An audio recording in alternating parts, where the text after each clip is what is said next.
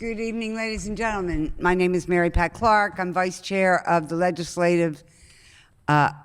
Judiciary and Legislative Investigations Committee of the Baltimore City Council. Jim Kraft, our chairman, could not be with us this evening, so he has asked me to chair this hearing, which I'm pleased to do. I'm joined here this evening by my colleagues. To my left, Bill Henry, Vice Chair of this committee. No, that's the other one. I'm the Vice Chair. That's right. That's another committee. Bill Henry, a very loyal member of this committee. And to his left, Councilman Warren Branch. Thank you both for being here.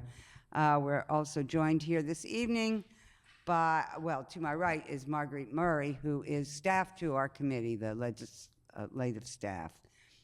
We have with us Nick Blendy from the mayor's office, and I don't know where there he is, Paul Plymouth from the mayor's office. He works on legislative issues. Thank you all for being here. This is a hearing on two different issues. The first being the election coming up. And we all know that everyone across the country is talking about elections. Fortunately, we have something to talk about that's positive, I know, because a lot of work has gone on since the April primaries when we began with paper ballots.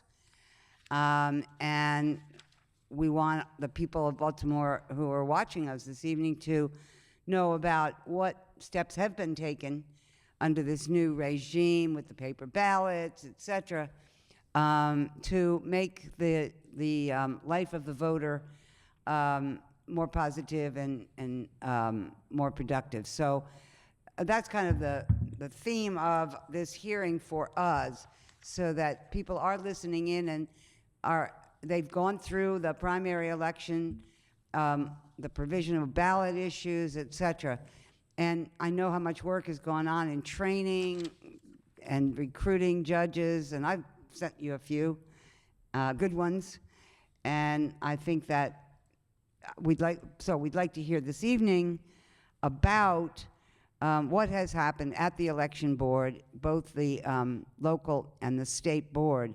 And so without any further delay, because this is a very, very busy time at the election boards, I'd like to ask my colleagues if they have anything they would like to say, and then call on the head of the Baltimore City Board of Elections. Bill? Warren? Okay. In that case, Mr. Armstead Jones, Sr., thank you for being here. And I hope that you could tell us a little bit about the preparations for the early voting as well as for the November 8th general election. Good evening, Madam Chair, members of the committee. Of course, we are here less than 20 days or so before the election, general election. There are quite a few updates to what occurred in the primary, which we anticipate on having during the general election. First time using paper ballots in Baltimore City for over 100 years. We've experienced quite a few challenges during the primary, basically around the provisional ballots itself. We have been working all local boards around the state with the state board and coming up with a process for the provisional ballots because they were a major issue in the primary election. So we have adopted a statewide plan where a person is, once he comes in and checks in at the check-in table, they are identified as a provisional voter. Then their VAC card, which all of you are aware of, that's the card you sign once you come in, will be circled, highlighted in the middle to show that that is a provisional voter. That at that time, either the chief judge or a judge that is assigned to that task will walk that person through the process. So from the time they are identified as a provisional voter, Once they sign their card, it's highlighted, and then they are taken to the provisional table. May I interrupt you? Could you stop right there and explain to us who would be a provisional voter walking into the polls? That would be an individual that's possibly not found on the voter's roll, individual that's possibly not in the right precinct. There are several scenarios where they would be deemed a provisional voter. So once they are given a provisional ballot. Are you going to explain, I mean, just so that we all hear Yes, how this works? So they're not going to vote on the regular machines, right? They're going to Right. go to a separate part of the polling place now. Right, they're going to be taken to the provisional table. Okay. Where the judge there will prepare, give them a provisional ballot and the application. Once they fill that application out, that judge will escort them over to a booth. And I see, there will be a booth. there will be a booth. And once that voter has completed, they will escort them back to the provisional table where that judge can capture that ballot so that they don't get lost in the precinct, go to a scanner, do any of those kind of things. Well, now, how do they get,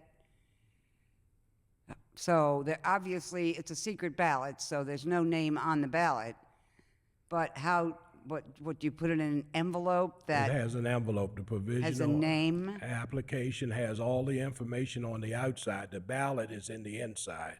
No one can see the ballot. So basically, when you get the provisionals down to the headquarters, the election headquarters, what happens then Process. to? We process it, it's given to the staff. They look up the name, the information to see if they qualify to vote, if they're registered, first of all. If they're registered, did they vote in the right place? Then if they voted in the right place, it's then determined that the ballot should be counted in full. If they are voted in the wrong precinct, and they should have voted in the precinct cross town, and they voted on this side of town, then part of the ballot will not count. The very local part, like council members. Council members. Delegates. Could be Congress, if they voted in the wrong, Yeah. yeah, all of those areas. Anything statewide would count. So, not to get into the weeds of it all, but let me. So, so here you are, you've voted provisionally, all your information's on the envelope, but your ballot, which doesn't have your name, is inside.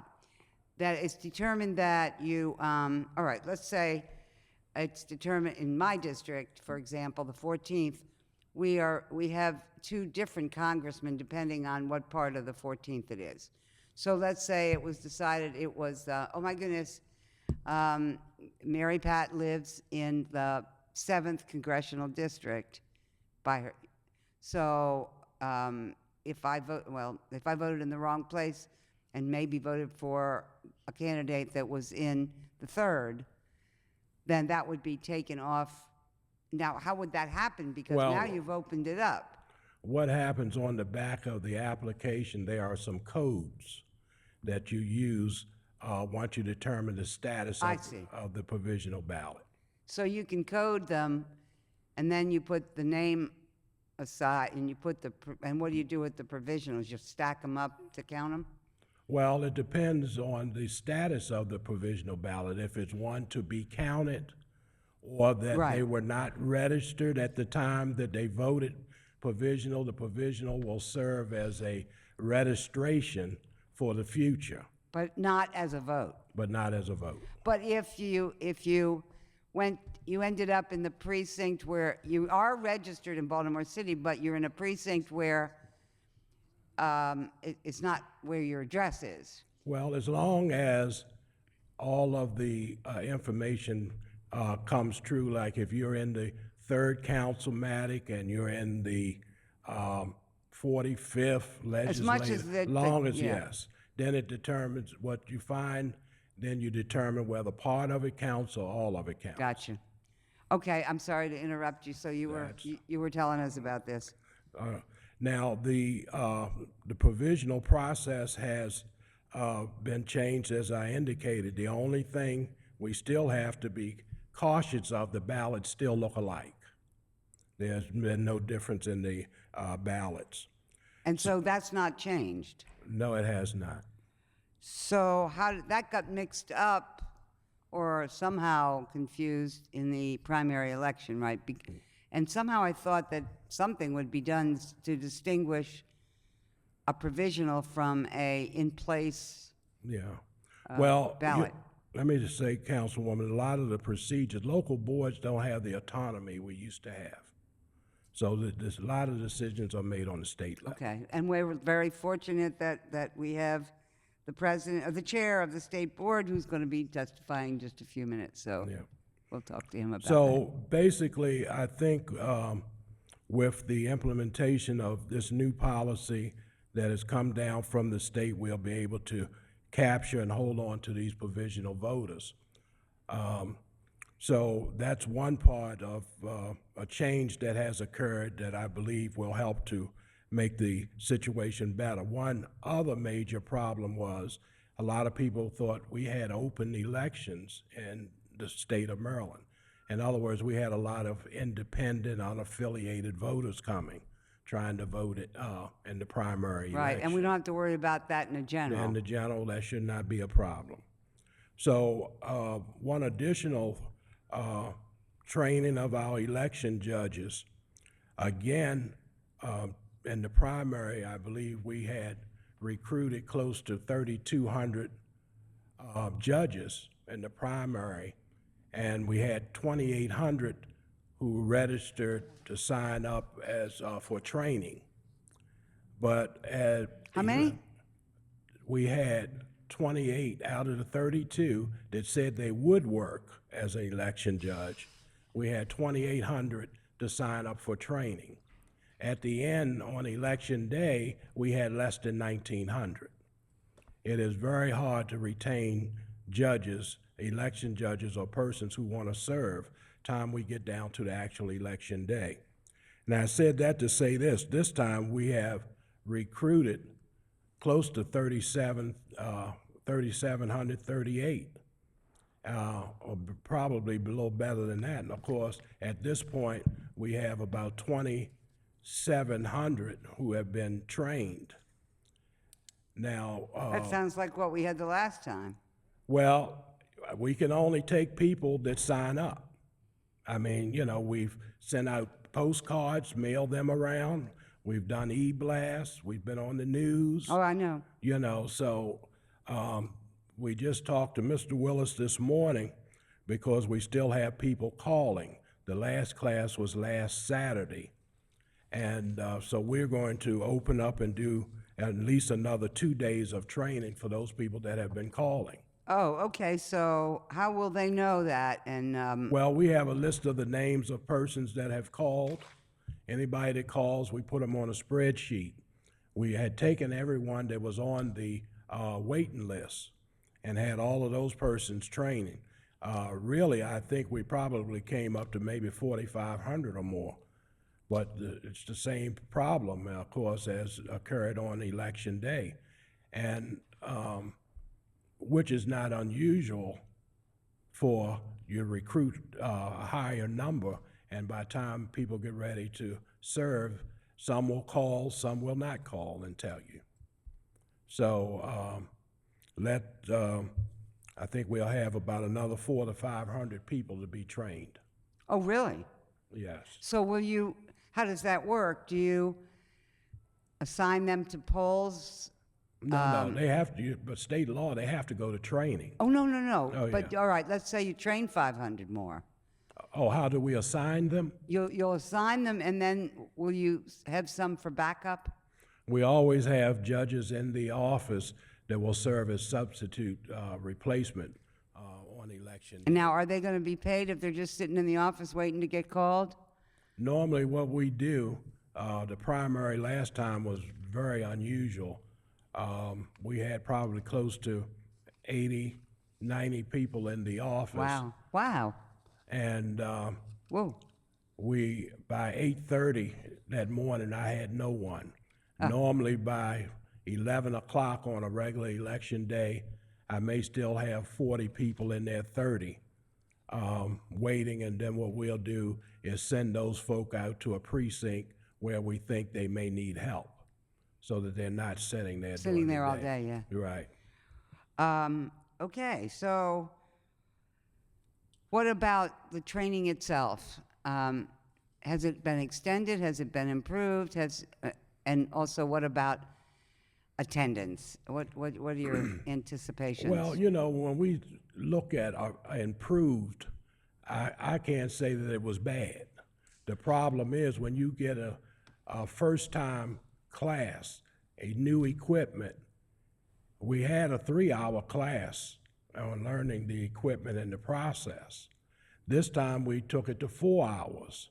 And of course, I sent you a copy of all of the surveys that Yes. were done by election judges. At the one from the primary, I met with all 1,000 judges who had problems in their precincts. We were at War Memorial, and we had 4 classes of maybe 200 judges each time, and talked about moving forward and what we need to do. They did a survey as well. And that survey, as well as the one that the judges did after the primary with the trainers, did not show that there was poor training. I think when you implement something new, you're dealing with a situation where people are trained. We have to start training maybe a month and a half out to train the number of people. Now, this time, what we have done, we've instituted an open house Friday and Saturday before the election.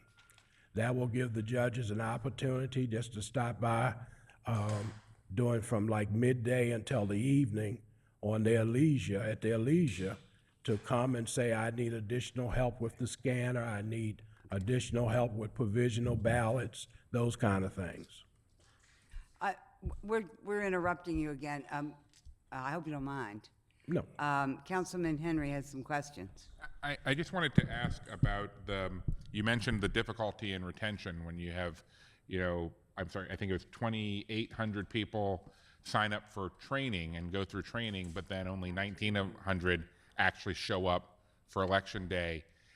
Have you ever, tried to get feedback from the people who did the training and then whatever they learned in the training made them not want to show up on election day?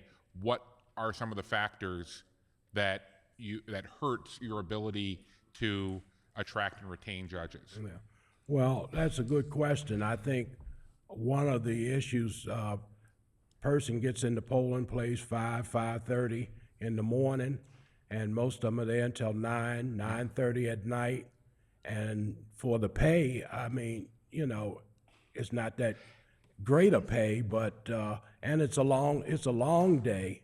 It's a long day. Have you ever looked at split shifts? Like have people do maybe have a judge assigned to the first 8 hours and then have a separate person come in and do the second 8 hours, and maybe there's some overlap in the middle to make sure that you actually have coverage, but that way you might get people who aren't just physically interested in trying to work a 15-hour day, but might be willing to work an 8-hour day for half the money. Yeah. Well, I hear what you're saying, but I think it would be more of a problem. I've had a plan for 7 to 8 years. We were supposed to move the election board's warehouse on Franklin Town, and it was proposed to go to the Red Line. And we So were much for that idea. Yeah. So one of the things we were looking forward to was the new building, which would help us. We are in 2 locations. The office is in 417, and the warehouse is out on Franklin Town Road.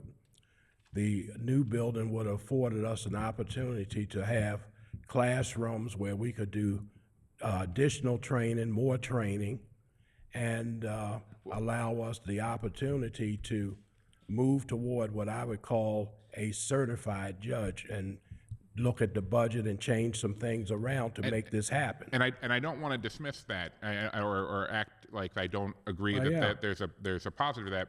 But while I can definitely see the operational advantages of that from the perspective of administrating and overseeing the elections, in terms of the impact on an individual person's willingness to be a judge or not, I don't think that it matters to them whether you have two buildings or one. I'm looking at the things. I'm looking at how do we either help you increase the percentage of the 2,800 that show up, or the other one I wanted to ask is, or maybe reduce your total need of judges.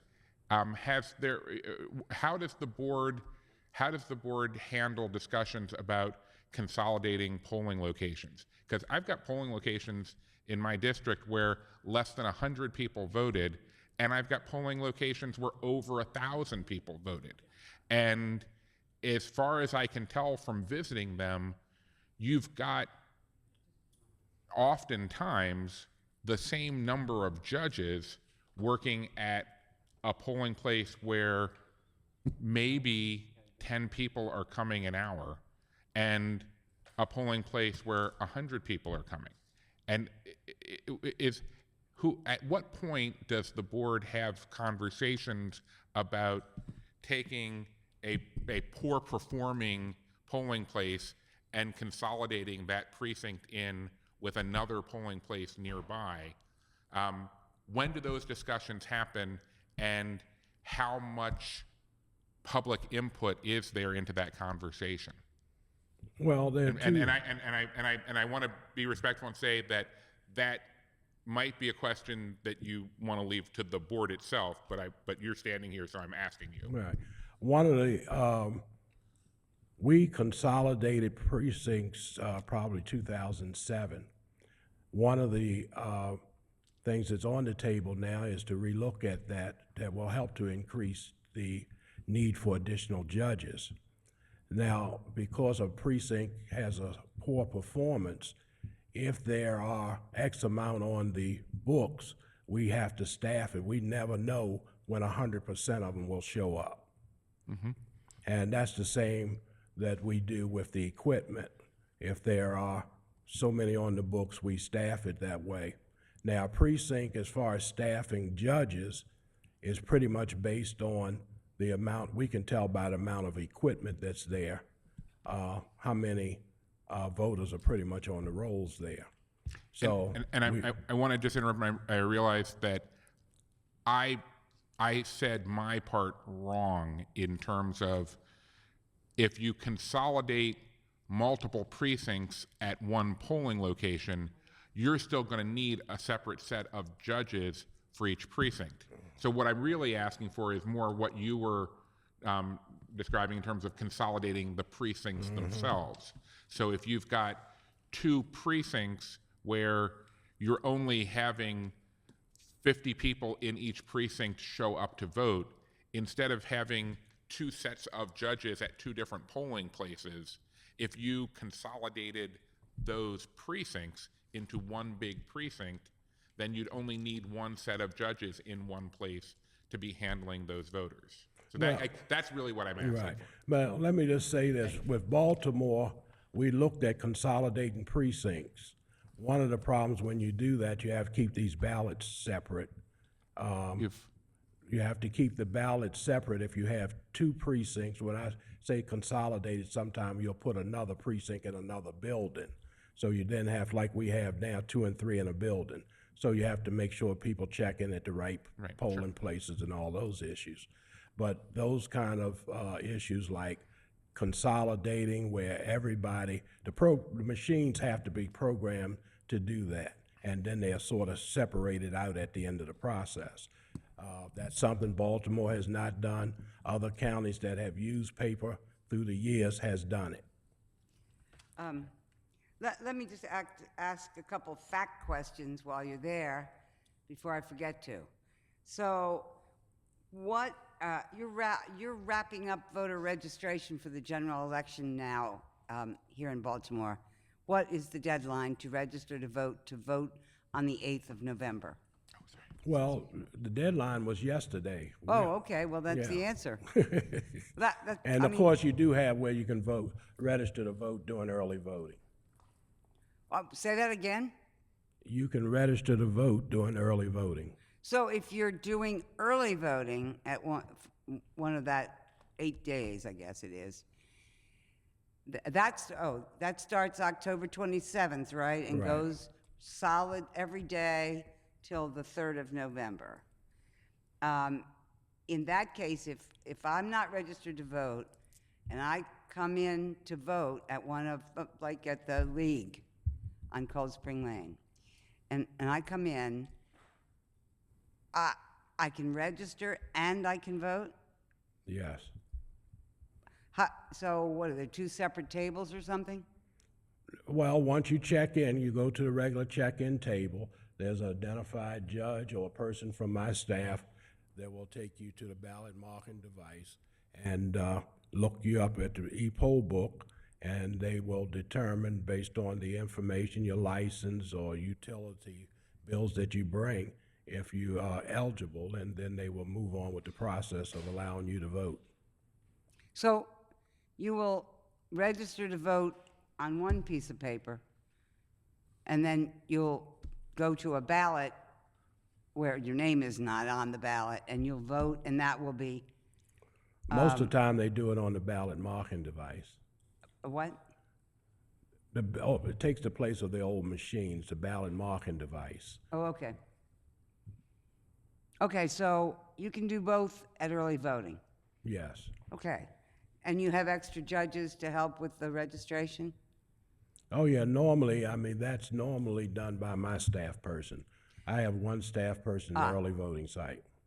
And so, so you could avoid provisionals, like you look somebody up and that person's not registered to vote, that person doesn't have to be provisional, that person could register and then vote, but not on the general election day.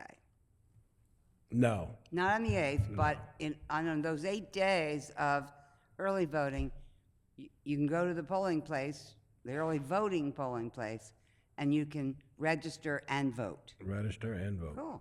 And so when, I actually know the answer to this, but when are absentee ballots due? No, when is the deadline for requesting absentee ballots? Well, you can request an absentee ballot up until, let me get my dates. I think it's November 1.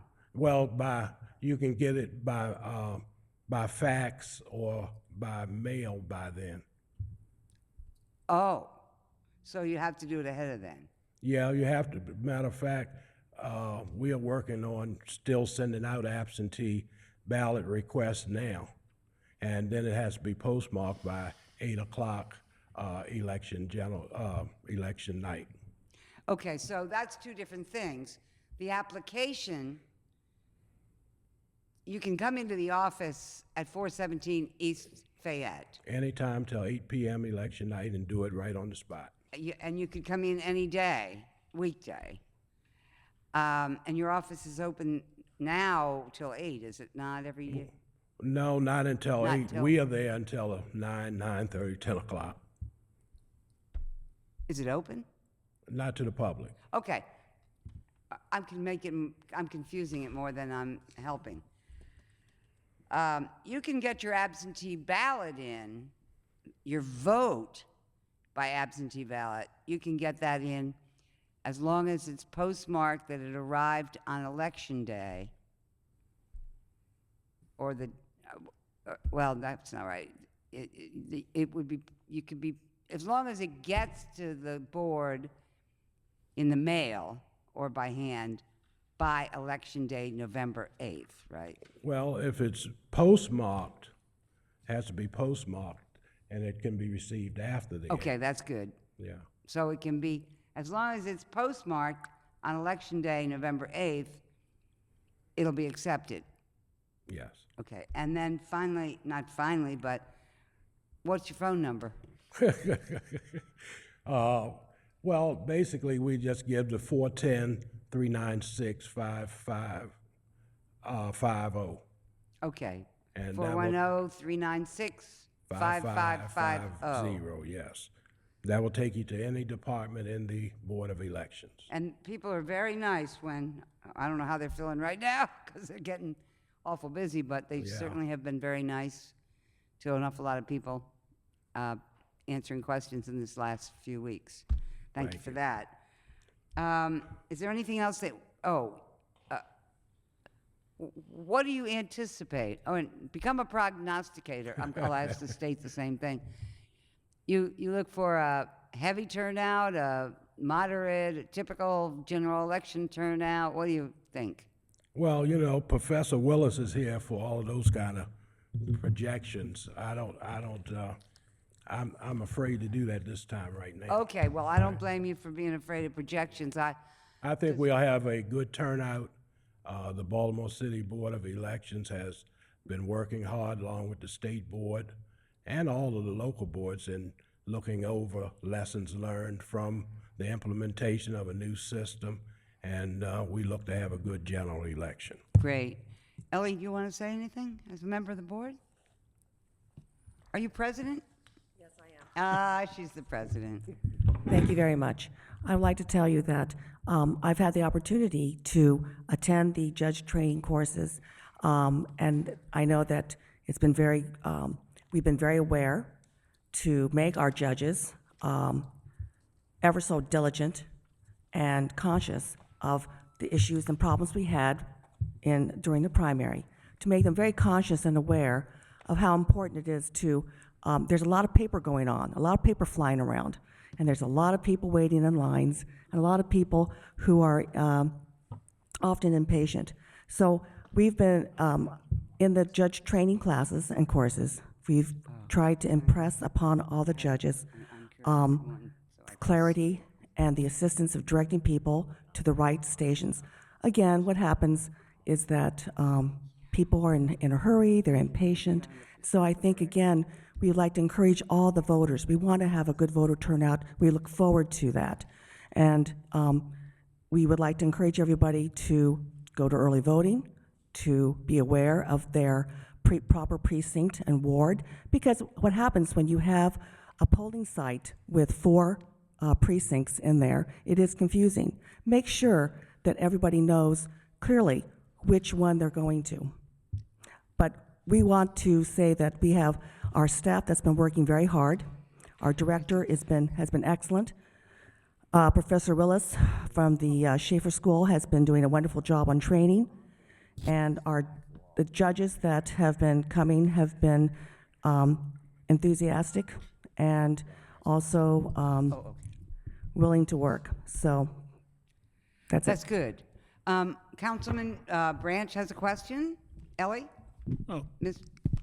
Long? thank you, Madam Chair. I guess I can It's, lower this instead of standing my my toes. question would be either directed to you or Mr. Jones.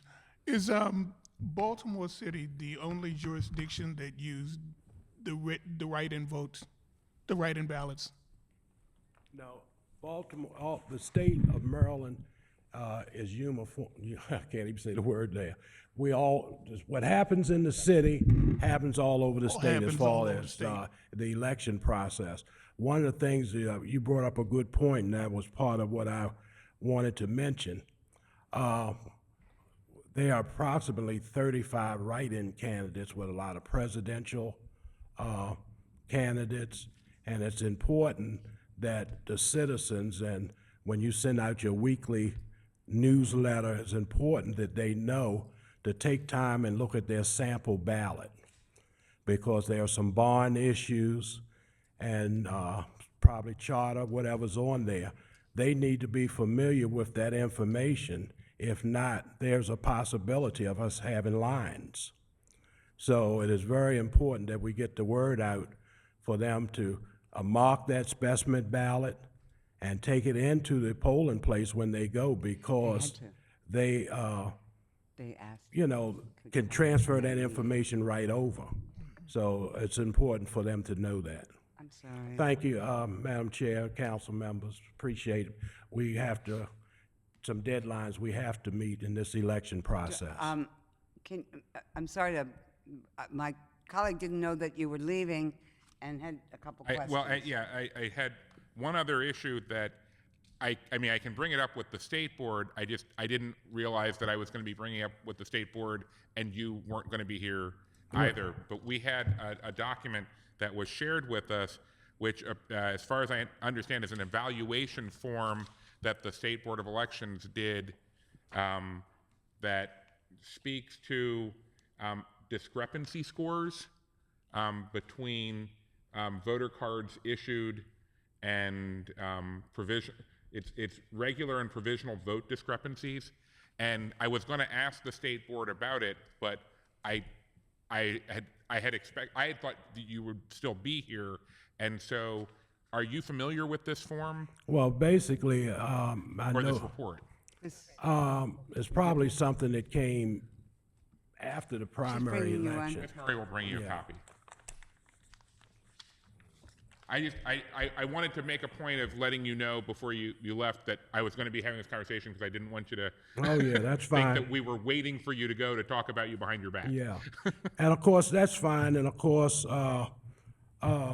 there's a way that the state does some logistical things from the ballots and VAC cards and other things that are done, that's fine. Okay. I'm very familiar, and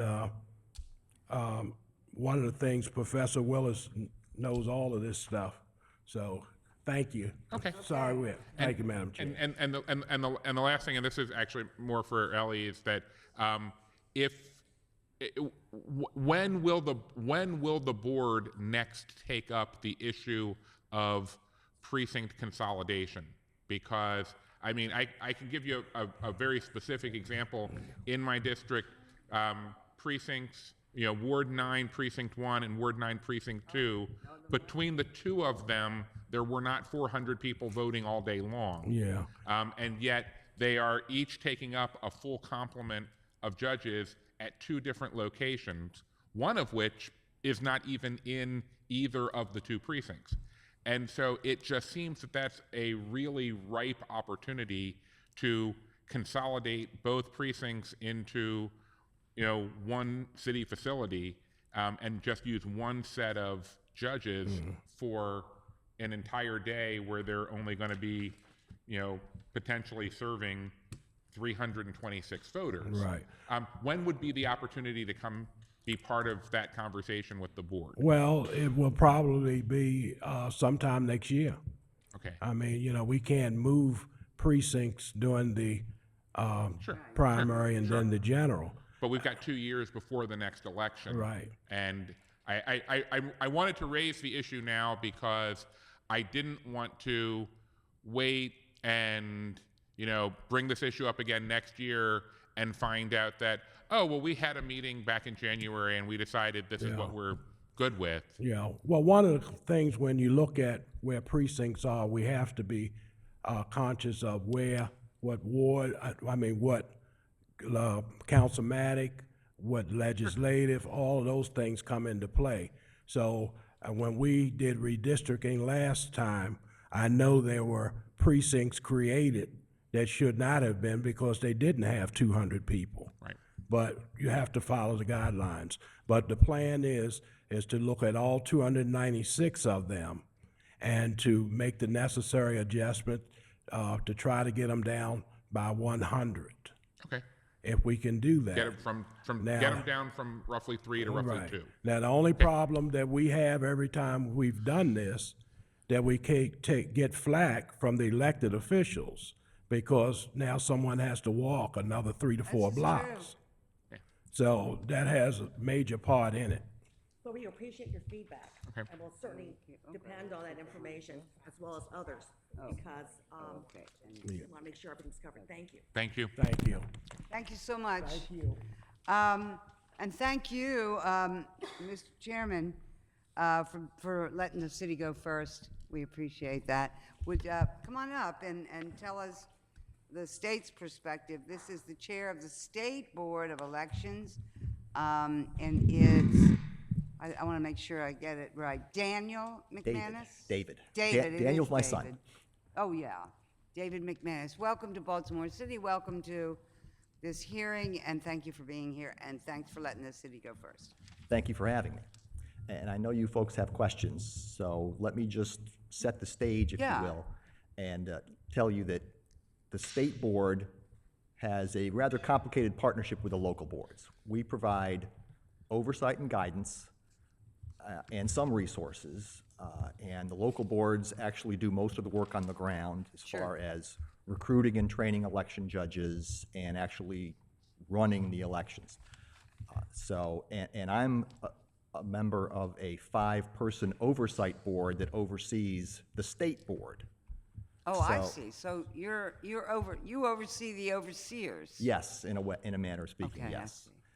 So we know from our oversight responsibilities what the locals are doing based on what the professional staff at the state board reports to us. I see. And they are the ones that provide the guidance and the resources to the various local boards so these things can run as smoothly as possible. Right. Now, on the topic of your hearing, the problems with the primary, we did a number of things, focusing specifically on the problem with provisional ballots. We did 3 things. First, we conducted, in conjunction with the state board, or the local boards, Baltimore City, but the other locals helped us with this, essentially a forensic analysis to see if we can identify the scale of the problem and where it occurred. And we were able to isolate on a precinct-by-precinct basis Really? exactly how many provisional ballots were improperly scanned. None of them should have been scanned under any circumstance. Right. So it is a mistake at some level for any provisional ballot to be scanned, and we knew, based on the math, how many were scanned at each precinct, and it was over 1,000. And just, I Citywide. mean, sometimes I'm a teacher by profession. You just have to stop and say to people who are listening and who've heard about provisional ballots but really don't know what they are, there's nothing wrong with that. It's like you, somehow or another, you don't have the right to vote. Maybe you didn't register and you came in to vote, or you went to the wrong place, or they couldn't find your name on a list where it should have been, and therefore, but you have the right to vote, so you get to cast a ballot. But after the fact, the election board's going to have to somehow legitimize that you are a voter in the city. So you have your ballot gets put into an envelope, and all your identification is put on the outside of that envelope. And so those two things are separated when they arrive after this verification is made. Then your ballot goes away from your name, and it gets counted that way. I think I'm describing this correctly. That's about right, So sure. if you scan, if at the election poll, you do this, and then someone takes that ballot of yours, which looks just like a regular ballot, and scans it, that's, you're dead. I mean, you can't, they can't really count it. I don't want to, because they don't know that it was came from a legitimate resident or whatever, however they gauge that, because the sheet went in and your name never did anywhere, and it's not connected, and who knows, right? Am I right? Yes, you have put your finger on the scope of the problem. A provisional ballot's a good thing, because if you are not on the list when you go Right. to check in, rather than turning you away, Right. we allow you to fill out a provisional ballot so we can double check to see whether you are just registered at a different Yeah, precinct sometimes the or not computer has it eligible at wrong. all. But until we've made that determination, that vote shouldn't be counted and shouldn't be scanned. Because Right, once it because- is, you can't uncount it. And that voter may be ineligible. What a He may be mess. ineligible in that precinct. He may be voting for races for which he is not eligible to vote. But once it's in there and it's scanned, it's counted. So that's an improperly And counted vote that it's we like an cannot orphan remove. child. I'm sorry? It's like an orphan child, and you can't put it back together again. Yes. That's a mixed metaphor. And it shouldn't happen. So the second thing that we did was to try to find out how it happened and why. And after the fact, that was difficult because, as you've pointed out, the ballots are indistinguishable once they're scanned. And all we know is that either an election judge improperly scanned it or an election judge improperly permitted a voter to put it in the scanning unit. And we can't How tell did why. you know it was provisional? I'm sorry? How did the people on the other end know it was provisional? Well, they should know because as soon as you walk in, if you are not on the electronic poll book listed as a voter eligible to vote in that precinct, you should be segregated and sent to a different table, and you're filling out a different ballot. This also should be segregated. Those ballots should be nowhere near the other ballots, and the voter should be nowhere near the other voters. Right. And it's a problem if that breaks down, and it broke down on a wide scale Yeah. in Baltimore. So the third thing we did is try to figure out how to prevent it. And you heard Mr. Jones talk about that. In conjunction with the locals, we set up a committee to look at it and see if we can do a couple things. Number one, reinforce to the judges the need for segregation of the ballots and those voters, so they remain separate until they can be Physically. physically, yes.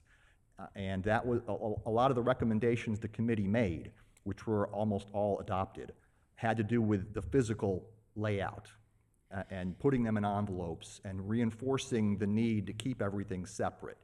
And you have, I think, a letter from the state administrator, Linda Lamone, identifying in considerable detail all the steps that we have implemented for the general to try to make sure that the problem that happened in the primary doesn't recur. And I think those steps will help immensely. And, well, let me ask Councilman Branch. He has some questions, and then followed by Councilman Henry. Certainly. Thank you, Madam Chair.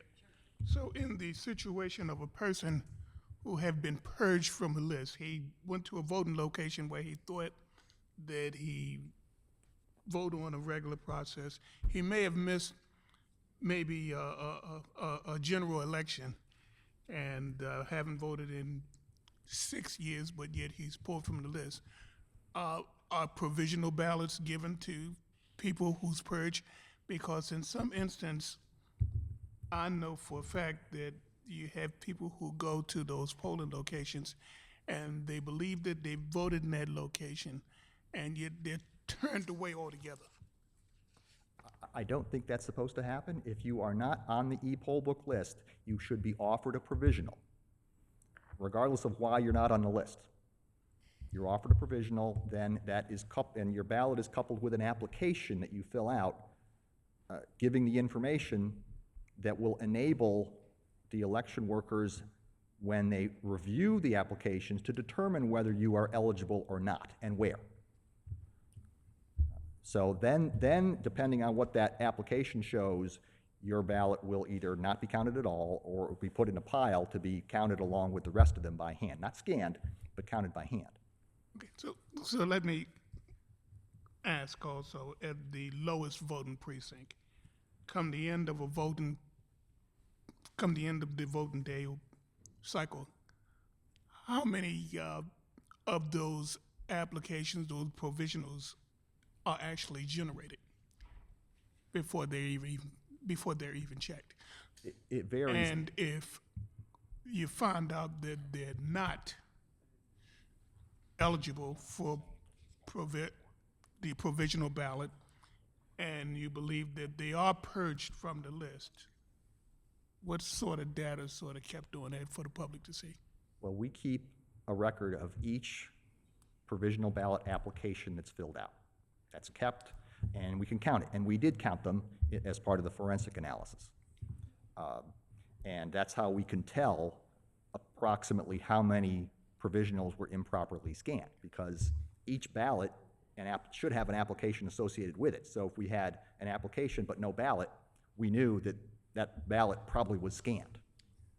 And we could double check that because we also know how many people were on the list and voted, and we could count the total number of ballots and then subtract to get to the number of improperly scanned provisionals.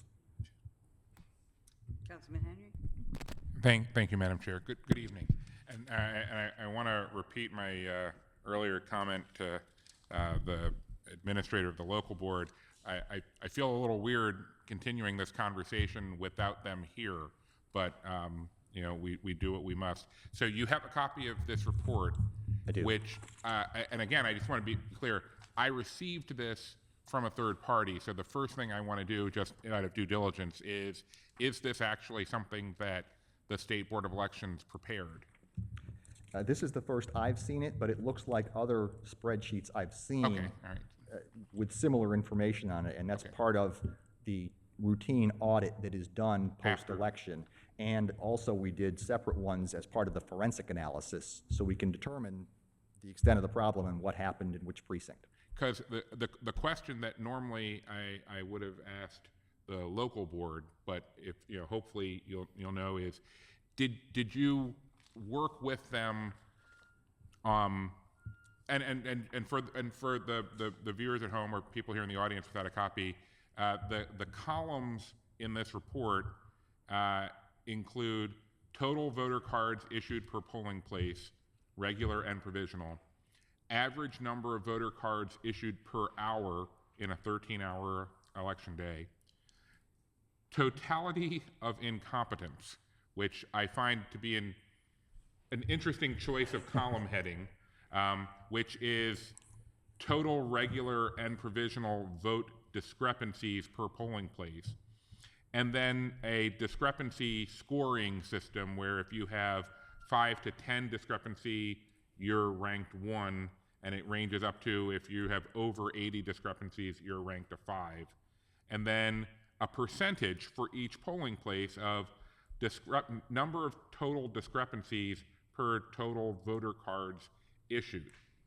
And I would say the vast majority of the polling places had 4% or fewer in terms of total discrepancies, and what I will call a laudable, if not as large as we would all like, had no discrepancies, you know, or had 0%. But there were a number of precincts that had double digit, you know, ranging from, you know, 1531 West North Avenue in zip code 17, where 10%, they had a 10% rating of the total 196 voter cards issued. They had 20 regular and provisional vote discrepancies. And that's just number 10 on the top 10 list. There was a precinct at 2434 West Belvedere Avenue where they had 57%. They only had a total of 112 voter cards issued, and there were 64 vote discrepancies. Here's my question. My question is, I get that there has been training or discussions of need for better training since the primary in preparation for the general. But that's sort of like if you have a test and there's 2 kids in the class who score really badly and the rest of the class kind of does okay, that's sort of like saying, well, then we're going to review the material with everybody for the next 6 months, as opposed to saying, we're going to take those 2 kids and we're going to get them some extra help. Do you know if the local board identified the individual judges who were working at the polls where there were particularly large percentages of discrepancies and set those judges aside either for special, you know, extra training to make sure that they get it, or maybe not ask those people to be judges again? Yes. Do you know if either of those things happened? Yes. Okay. I asked specifically Okay. for that post-election because we saw from other documents like the one that we have here that the problems seem to be predominant in certain precincts. Right. It wasn't citywide. There were certain problem precincts where it happened a lot. Right.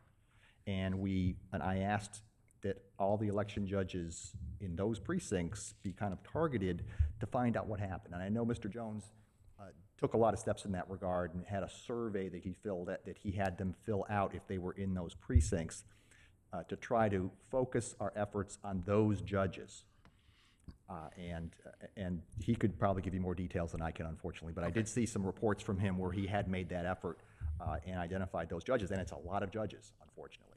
Did he get Even rid if of it's them? 10 precincts, it's a lot of judges spread out over those couple dozen, precincts. yes. So, and they were doing different jobs over different times, but there was a focus on them. But you're right. When we are training people again for the general, we have to train them all. And the election judges manual was changed to reinforce the need to segregate, and all the other mechanical, physical things we did had to be taught as well to everybody. And I don't want to dismiss that or in any way, say that it's not important to have that, additional training for everyone. But I really want to make sure that we are, focusing something extra on the people who clearly had a significantly higher percentage of mistakes. And so then the next question that I can ask you, and I guess we would still look for a more specific answer to come from the local board about what exactly happened to these people. But what power or authority do you have at the state level to require that they do something in particular? Like, can you, if, and I'll use just as an example, let's say that the local board decides that it's enough to just make all the judges who, were in these high level of discrepancy precincts, it's just enough to make them attend an extra 8 hours of training, and then they get put back into the rotation pool for the general. If the local board decides that, and the state board thinks, well, that's actually ridiculous. You either, maybe you do that for the places where there were 5 and 6% instead of 2 and 3, but for the ones where there were 42% and 57% of the, that those people need to not be judges anymore. If hypothetically the state board made that policy decision, do you have the power to tell the local board these people can't be judges? If we were able to identify a specific judge who was making this mistake over and over again, yes. Our forensic analysis didn't enable us to do that. You each just know that precinct it has was, lots you of know judges. that it happened at that precinct, but for all you know, it could be one person there who was making a mistake with everything they touched, and 6 other people who were doing everything that they were supposed to be doing the right way. Yes. Like, it could be that. Yes. In which case, it would be a shame for those 6 people to be punished because one of their teammates screwed up immensely. Right. And what we hope is, with the additional reinforcement and training, and the eyes that are going to be on these problem precincts in the general, that if a problem is spotted, someone will spot it this time and stop it. So I get that, and I appreciate the desire not to punish the possibly innocent. I appreciate that.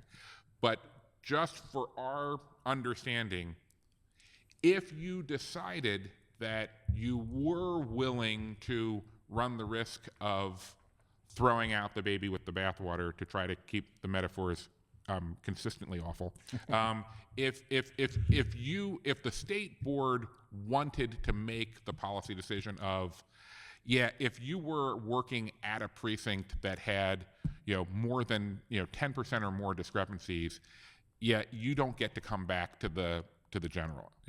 If you wanted to make that decision, I'm not asking you to do so, and I'm not asking if you've done so. I'm just curious about understanding the relationship, the power dynamic between the state board and the local. If that policy was set could that policy be set at the state level, or would that have to be a decision of the local board? I think that would have to be a local board matter. Okay. I think so too. We That's don't okay. have that kind of Good. authority. That's what I wanted to get at. Yeah. Okay. Thank you. Thank you very much. You're welcome. Thank you for your questions. Yeah, no, I don't, did you have a question? No. Yeah, thank you. Very good information. Thank We you. appreciate it. Thank Yeah. you. I'm Thank glad you you for had this being with hearing. us. Thank you. And now one of our hometown sons, John Willis. We see you so often in these chambers. I didn't realize you were here as a witness. Mr. Secretary. Oh, really? Once a secretary, always a secretary. Oh, my God. Oh, my goodness. Look at all this documentation. I was really here to, in case the board wanted me to answer questions about what has been a really substantial effort, both at the state level and at the local level, to analyze the problem and to deal with the problem. And my analysis, and I've been doing this for a long while, and we've trained at the Schaefer Center now over 40,000 individuals over the last 14 years in jurisdictions. There were both system problems, meaning in terms of identification, as well as implementation problems. And the recent issue that you're focusing on the number of precincts where the greatest number of problems occurred, it is, I think, an appropriate inquiry. I also write, just for the record, I do publish every 2 weeks an election administration newsletter, goes around the world, and I've seen these types of problems occur in other jurisdictions, particularly when you have system change. When you change your voting systems, you not only have an issue with the judge's ability to deal with the new system, but you also have the voters' problem in dealing with the new system. You know, we have not used paper ballots in Baltimore City since the Depression, since the 1930s. We have never, ever had a ballot scanner in the precinct. And I think, quite frankly, not just judges, but some voters didn't know what to do with this new piece of equipment. We personally observed, we did another study for the state in terms of wait time, where we observed 2,216 voters in 4 different jurisdictions during the primary, and actually took a stopwatch to the process and watched both the judges and the voters complete the voting process. I think, for the record, I brought a copy of that wait study that's relevant. I think that it's going to be posted on the state website as well, which I think just illustrates some of the difficulties in dealing with it. The data that the state had, and like the board representative, I'm familiar with some of these numbers. I haven't seen this spreadsheet, and I'm not sure who prepared this spreadsheet. But I can tell you this, that 72% of the problem occurred in 31 precincts out of 296 precincts. And there were 18 precincts where provisional ballots should have been brought down to the board on election night, but were erroneously placed in other supply bags. They weren't lost. The notion of lost votes is inappropriate. Out of the 1,188 ballots that got scanned, there were over 9,000 provisional ballots issued out of the electronic poll book. And so roughly, to answer, I think, one of your questions, Councilman Branch, 60% of the provisional votes get counted, either in full, about 40%, and another 20% partially. That's in the city. Every county has a different average, but that's close to the state average in terms of the counting of those ballots. I have been very conscious in working with the local board. In fact, the chair of the board was in my class one evening and went through the entire process of the check-in process and the provisional ballot discussion. We've extended those class hours, and I've been very pleased on behalf of the people who have agreed to participate in the general. They have stayed there that extra hour and a half, so that the classes run 4.5 hours as we detail the new process. The new process that the state came up with, I think, will accomplish the major objective. What we're basically doing, and I would tell my classes is we're turning the provisional voter orange. We're circling their voter authority card with an orange highlighter. We're giving them, as the board member said, an orange privacy sleeve. We're escorting them from the check-in table directly to the provisional ballot areas, so we're not allowing them. I facetiously have said in classes over the fall and summer, I'd like to give them an orange hat or an orange cape or an Oriole hat or something to distinguish, to make sure they don't get lost. I do know from what judges have told me, and I've talked to some of the judges they've been to my classes in terms of the judges that caused in precincts that were causing the substantial problem, what motivated them to do that. Part of it was they were one of the high-ranking precincts on here. The chief judge told me it was a total disaster. It was one of the precincts that had changed locations. He was down 3 judges. He was short 3 judges on election day. He could not find his regular ballots at the beginning of the day. He had a mouse running around the cafeteria all day that distracted everybody that came into that precinct.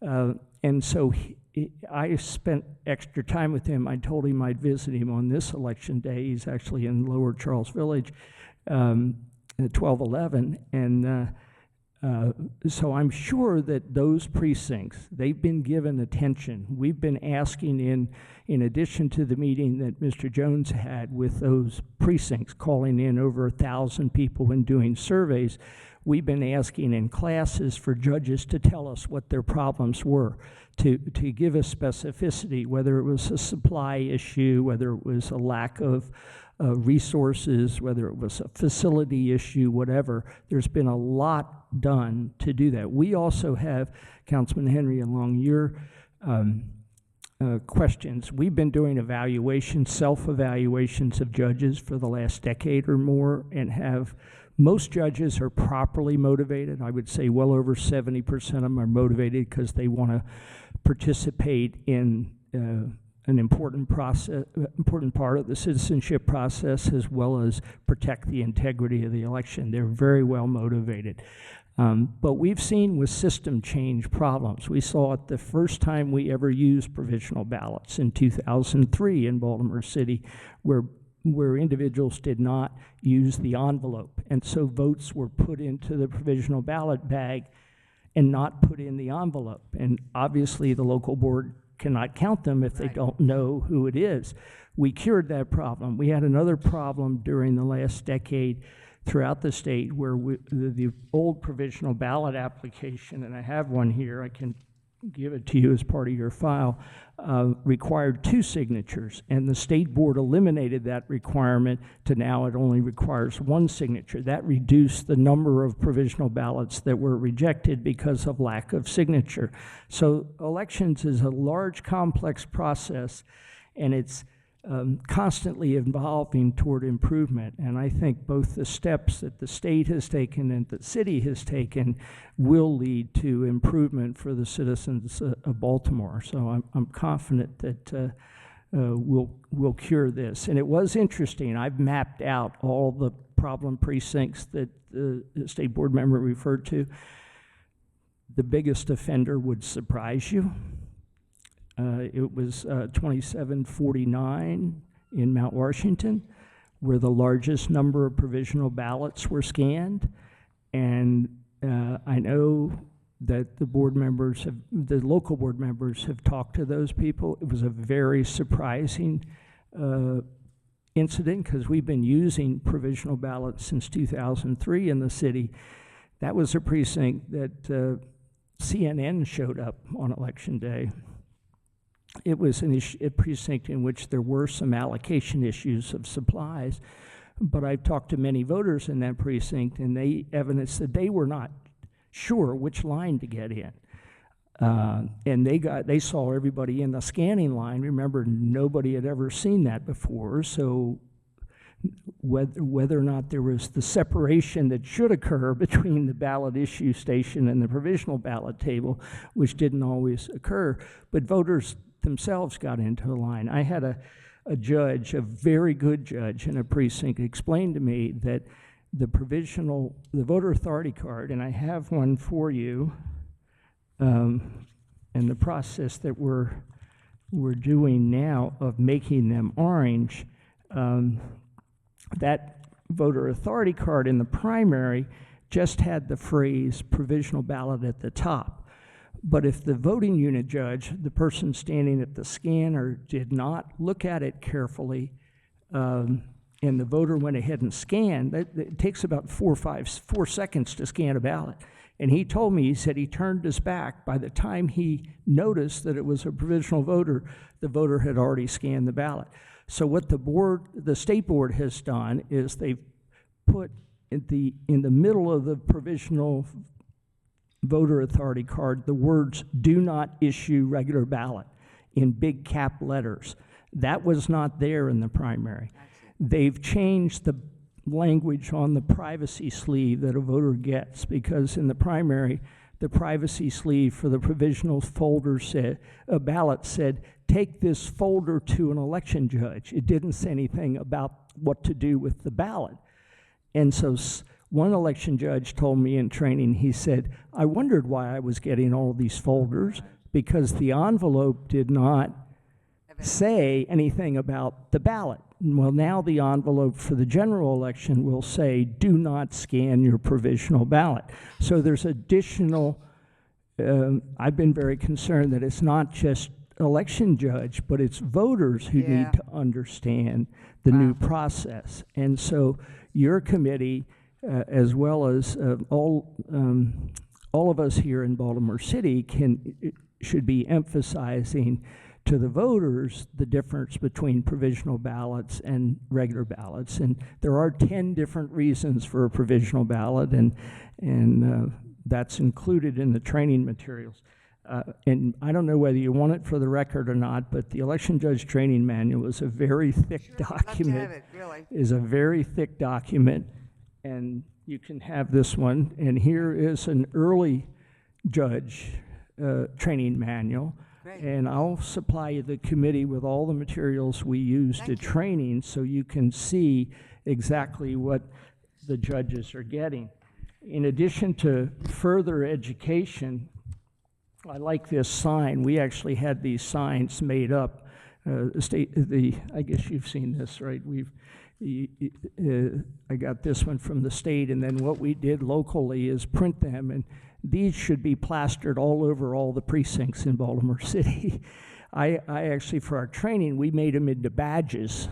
In fact, I think I have my do not scan provisional badge here with me. I'd like to see if we could get a sponsor like Under Armour to give us t-shirts for the judges or something. It's just a no scan provisional ballot, you know. It says don't put a provisional ballot in the scanner.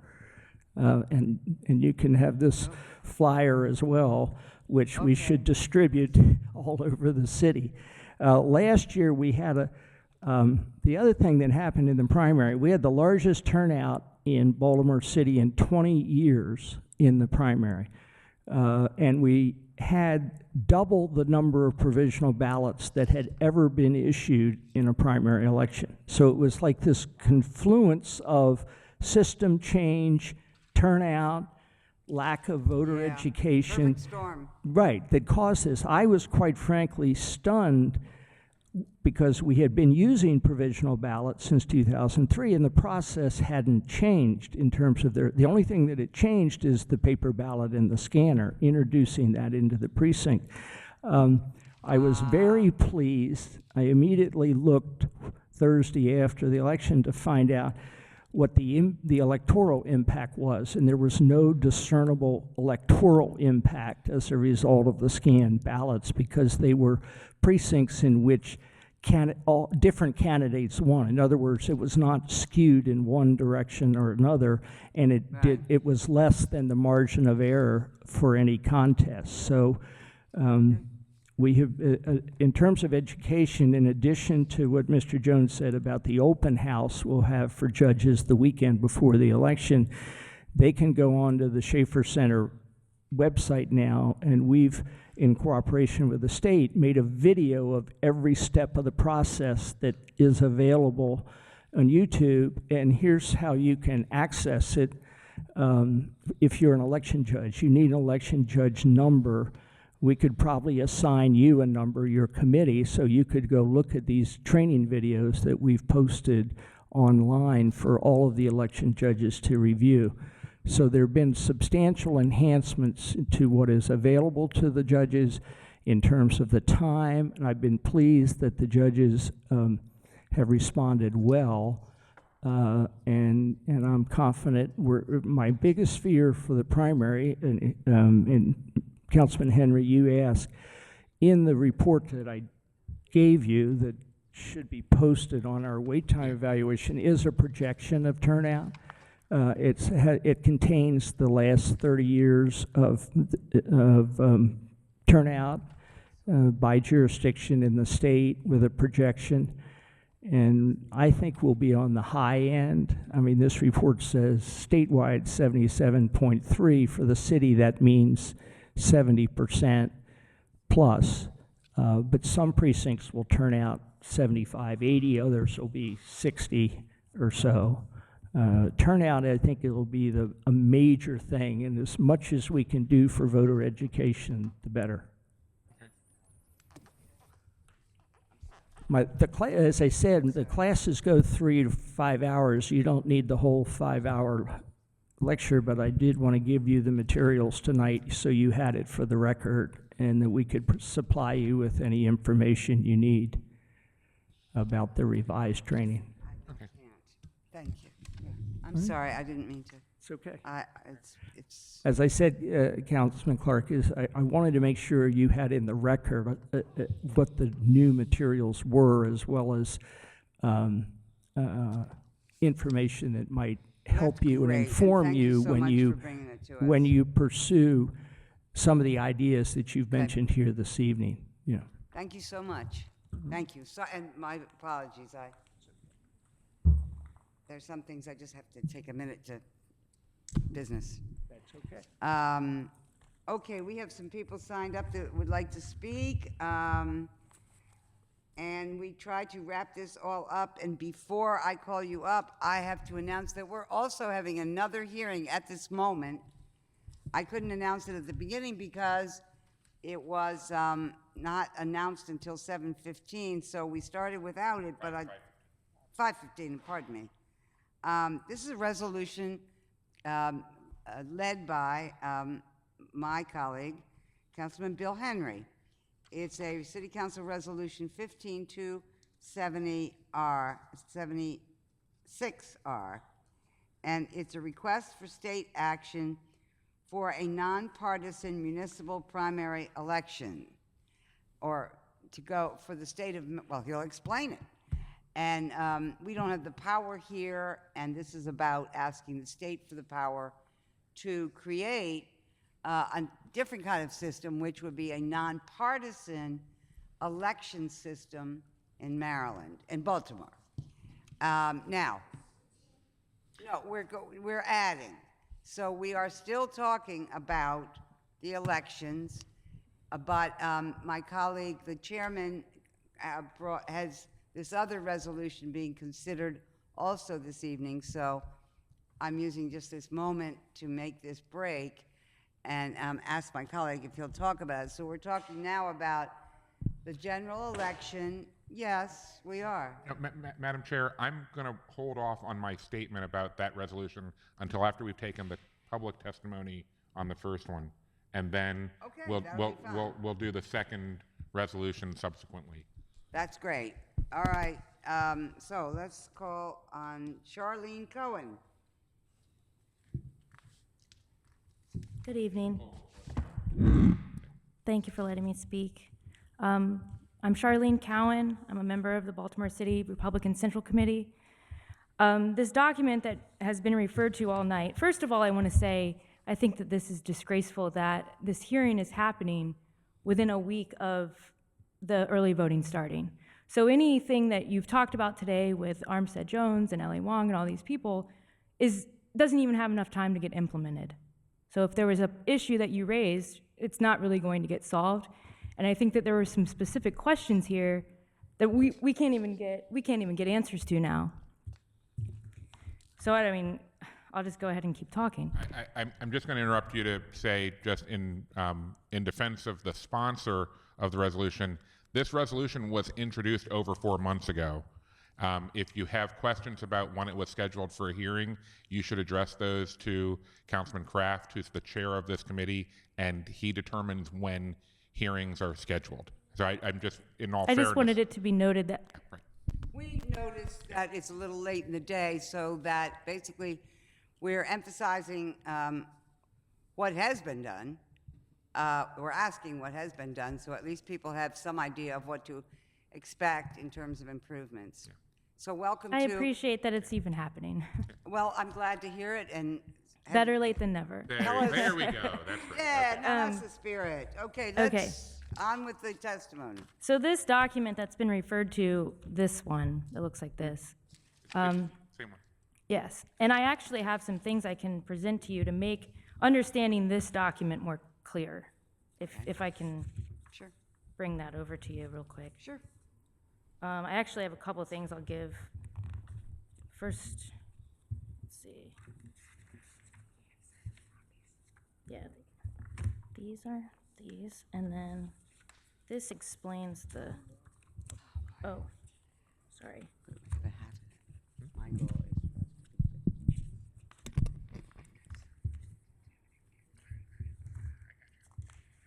Okay.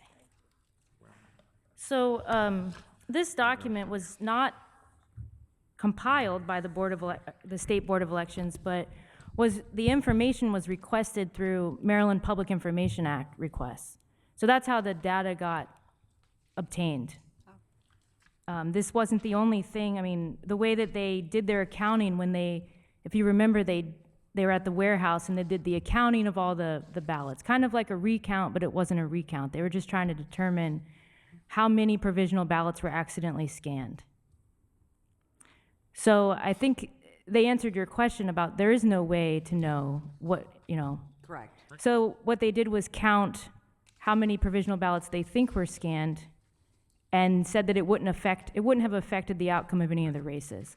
That's not exactly true. It would have affected the outcome of one race, theoretically, and that's for the 7th Congressional, the Republican primary for the 7th Congressional, the one that was within 45 votes.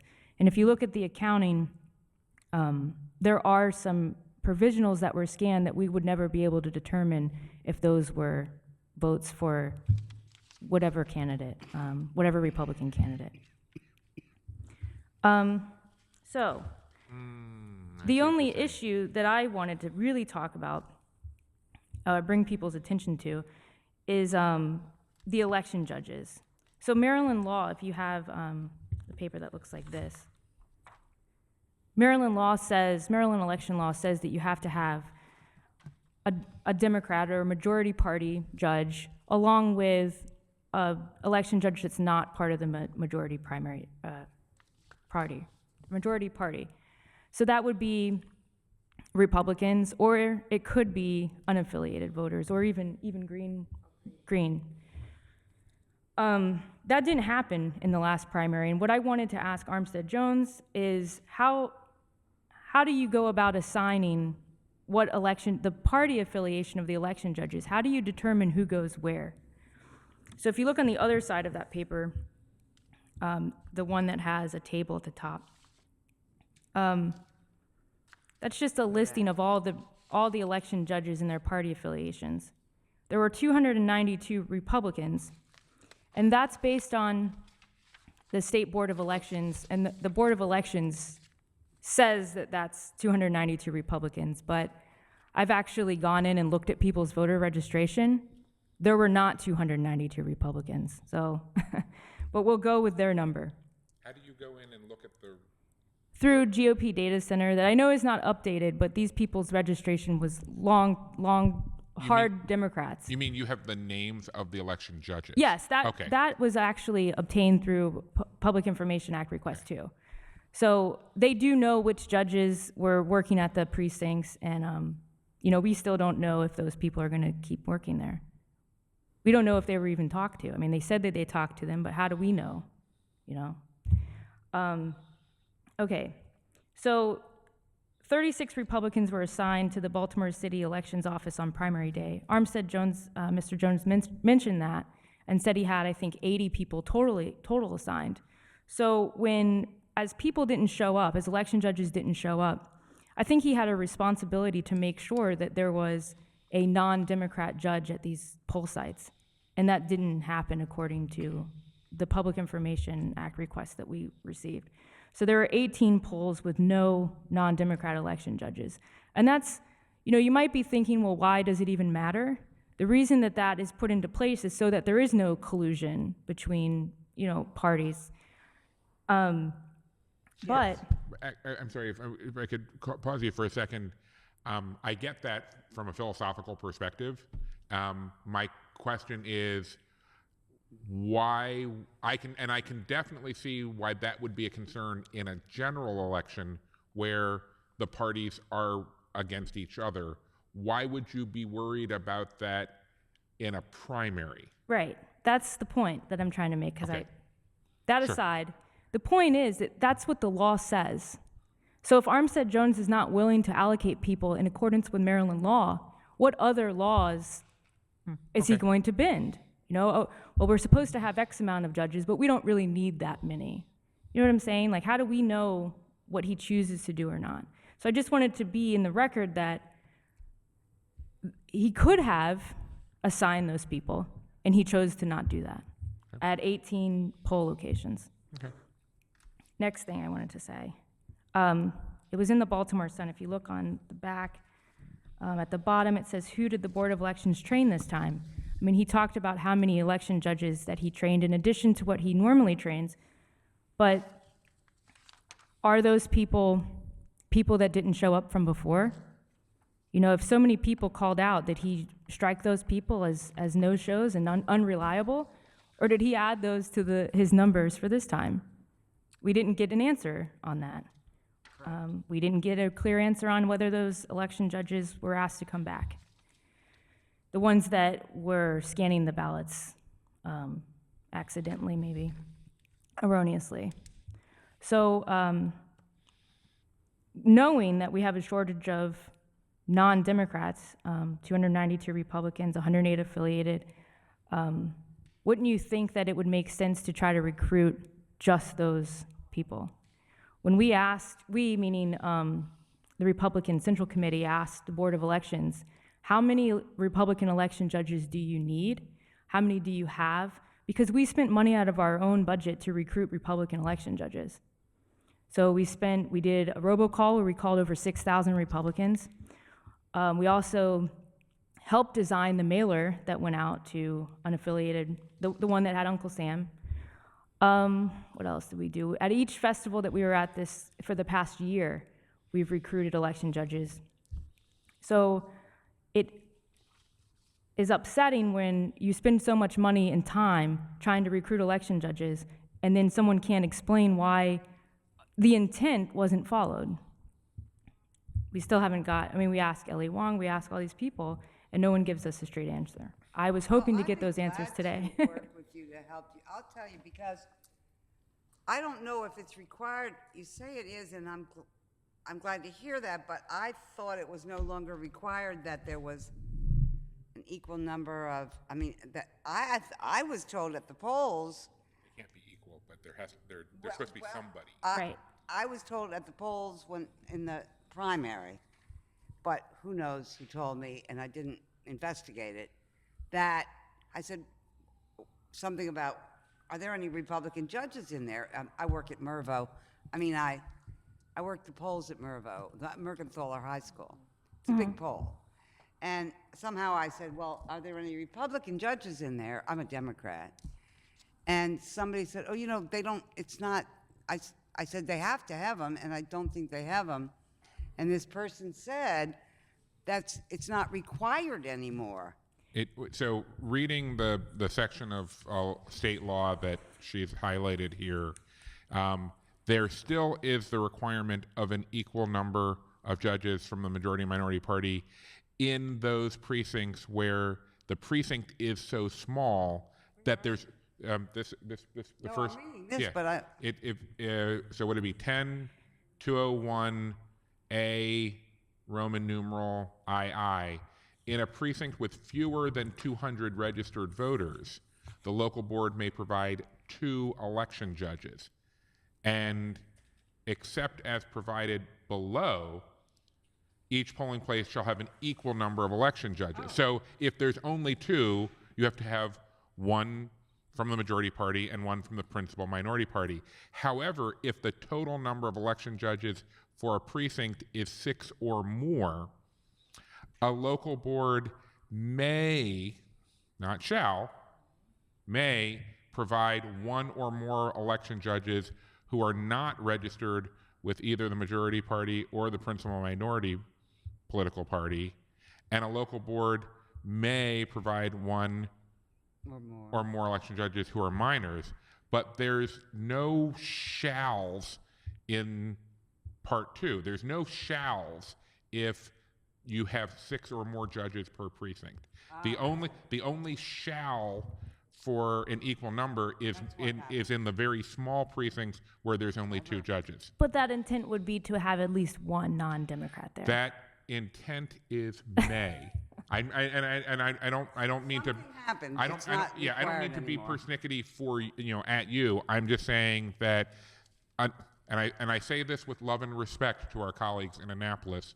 Annapolis does things, and they don't ask us ahead of time if they should, and they often don't explain to us afterwards why they did.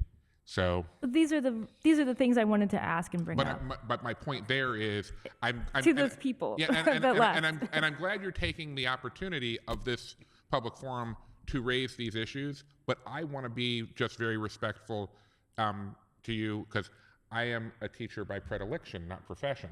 That at many of the things that you're sharing with us, you really also should be sharing with the state delegation to the General Assembly, because they're the ones who make this. And they're also, by the way, the ones who confirm the boards of election, both at the state and local level. Right. So those, the local board of elections, they come before us out of courtesy, and we pay for them out of local funds, but they are really creatures of state government, not city government. And if you want operational and substantive change in their operations, much less the underlying legislation which governs them, that's going to have to be done by the state. So we're happy to be part of this conversation because we live with what happens also. Well, Right. I'll be happy to follow up with you. We're going to have to move along because we have other people who want to speak. Right. But I was going to say that when it was the law, or I was aware that it was a law, I worked with, you saw Ellie Wong here tonight. She's Right. the president of the local election board. She's a Republican. And she and her husband, who's also a Republican, they worked with me. I'm a Democrat, but I'm a representative of, I forget how many polling places. And we had a crisis one year in recent times when polls couldn't open because there weren't any Republicans. That was before Right. this That's law why they changed. changed it to make it. But they Right. helped me to, and it was hard, but they worked and helped me so that every single one of my polling places had at least one, and Right. And sometimes that's what we're more. trying to do the same thing now. So. And I just like what you're doing, and I think whether it's the law or not, it's very healthy. It keeps people honest. And It's a laudable you're goal. just you seem like you must be like a Green Party or Yep, a she's a Republican. Democrat. No, I know what she is. It's just like it's just, nice to and meet that's the thing a Republican like you. And I just want to say this is, everyone said, well, you can't criticize the Board of Elections because Armstead Jones is a Republican, Elliott is a Republican. Yeah, well, they're all they're but we have to Republicans. hold each other accountable. No, so- I think that's great. And thank So I'm you very not. much. I'm not saying. The last thing I'm going to Who told you you say. can't criticize them? Who told you you can't criticize them? Well, Your party. the last thing, want that I names. want to say is I'm not saying that, if you just look at some of these documents individually, it might seem like purposely certain judges did ballot stuffing, essentially. But when you analyze all these problems and look into everything, I think it was, like what's been said, is a combination, like a perfect storm, like you said, of just everything going wrong at once. Yeah. However, I do think we should try to fix each individual problem and not just say everything's handled, Yes. you know? Absolutely, and I couldn't agree with you more. Right. Thank Okay, you. Well, thank you very much. Thank you. And thanks for what you're doing. It's great to know Republicans are like you. It is. It's important. It's important. We forget. I know, but it's nice to see proof. Jim Fendler, you're on. And after him is Kim Truer, ready to and say good after morning. her is Betty Cunningham. Good evening. Thank you Hi. for inviting me. And thanks for Mr. Councilman Kraft for sponsoring this hearing. But I'm glad that you two are sharing the chair today because my particular circumstance involves both of you. I know. As you know, I'm a former constituent of yours, Councilwoman Clark, and now a constituent of Councilman Henry's due to a change in the boundaries between districts 4 and 14. Redistricting, yeah. And that happened some time ago in the last 3-4 years, whenever it was after the 5 years after the 2010 census. I don't recall it being an issue in previous elections, but in this election I paid attention and went to the 14th, where I have gone for almost 30 years now, only to find that I could only vote for Councilwoman Clark, who is no longer my councilperson, and took the issue up with the judges at the precinct, and they assured me that I was in the right place and that they were not aware of any change. At the precinct, I called downtown, spoke to Ms. Goldman and spoke to Mr. Jones, both of whom assured me that I was in the right place. Where were you? Ellerslie, at the elementary school, at Waverly Elementary. And I said, this is not right, and feeling frankly disenfranchised by not being able to vote for, and that was the only race that mattered in this particular instance, because everything else was state or whatever, national. But I needed to vote for my choice for the 4th district. And I made my point and was directed to go to, I don't remember if I talked to you that day or not, but it was directed to, okay. You talked to Yeah. him, he talked to me. Okay. I went there and talked to the judges at Ellerslie. Okay. To make sure, and actually, I'm sorry to cut you off. The only reason I'm doing this is because I do know we have more people, and I did want to give you a resolution. All right, well, I'll be real quick. Okay. It's all taken care of. Yeah. It's all been taken care of. My concern is what it took to get it taken care of. That it was repeated phone calls. I called the state, I called the City Board of Elections. It wasn't until you interceded on my invitation to send them a map of the redistricted, of the new district, where they said, oops. But the reason I want to make the distinction is that your situation was not a problem with this April's election. Your problem was they had made there was a technical issue where the database of voters did not reflect the correct line for where your precinct ends and begins. And that information had been wrong since before the 2011 redistricting. What changed in 2011 is, for the first time, you were in a different district for something than just to the north and south of you. So that's why you didn't notice in 14, because it's all the 43rd legislative. And previously, it had been the same councilmatic district, but evidently Okay. this problem is, as far as Ms. Goldman could tell, that was entered incorrectly years and years and years ago, and it wasn't about this year's election. It was this year's election is the first time anyone noticed that mistake. And so I just wanted to, You were always, 'cause- it didn't matter. You were Yeah. No, I understand that, but They in the had- bigger picture of problems with the election board, I feel that this is an Yeah. important issue, because in fact, there are several hundred people that are affected by this change, not just me.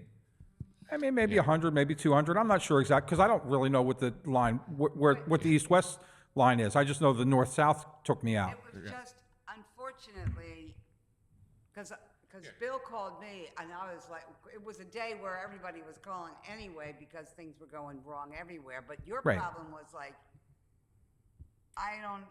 this is hard to understand and possible to solve in one day. And I'm sorry, I thought Ms. Goldman got back to you because she was very clear when she got back to me. They were grateful to you for calling their attention to this. Well, it didn't show until the end of September or so, when I called back and was still told that I was in the 14th, and until you sent the map where they made the change. And that's my But question is that, that was you. It's like the fact that you Well, pushed this made them recognize that, because they're looking in their records, and they were everybody assumes, you look in a computer, you assume it's right. You know, they assumed their data was right, and that this problem wasn't real, and it was your persistence Right. in calling their attention to that fact that made them recognize that their data had to be corrected. So we appreciate that. okay, Yeah. okay. Well, I thank you for assisting in that. Thank you. Like I said, thank you for being persistent. And I think the next person to testify is Ms. Trueheart.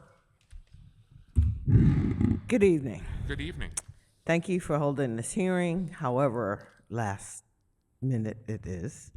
And I respectfully request that we revisit this conversation after November the 8th. Okay.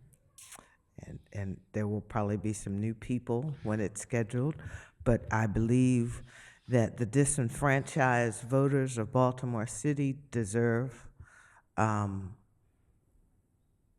true assessment of what happened in April. And while this gentleman that spoke before me was very capable of advocating for himself, we have lots of voters who aren't. And it is not fair to assume that the system is going to correct itself. I hear this conversation around training and retraining. We have this very same conversation with our absolutely broken police system, that we need to train and retrain officers. Yeah, the training isn't the issue. The process is broken. The stricture of the organization are broken. I would like to see somebody put in a request for state action that would require a top to bottom process review of this mess we have that we call an election. I don't know how we get that, because I'm not convinced that this board of elections that we have in Baltimore City is ever gonna push the director to do what's right to benefit the voters of the city. That's the role of the board. In addition to a work process assessment, I'd like this board to become more transparent around what it does, what the outcomes of elections are, and yeah, we know who the winner is. But tell us the process. Tell us what went wrong and what didn't go well. I think we deserve that. And the fact that we had a young Republican having to share that kind of data and request through Freedom of Information the data is a problem. It's a real problem, because we're not always going to have this young lady around. And this ought to be a transparently inherent step in this process where we get the data that she shared with us.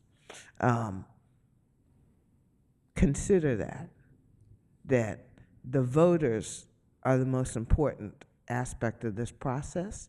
And there was a lawsuit that got dismissed this week around the fact that voters believed they were disenfranchised. Nobody's addressed that. And I thought this hearing was going to attempt to address that. How would we address the lawsuit? Get the information. What is this hearing about? It's an investigative hearing. That's what I thought. Around the problems that occurred. I guess I'm expecting too much. But nonetheless, I'm making the request. I'd like this Board of Elections to become more transparent. As my elected officials, please figure out how to make that happen.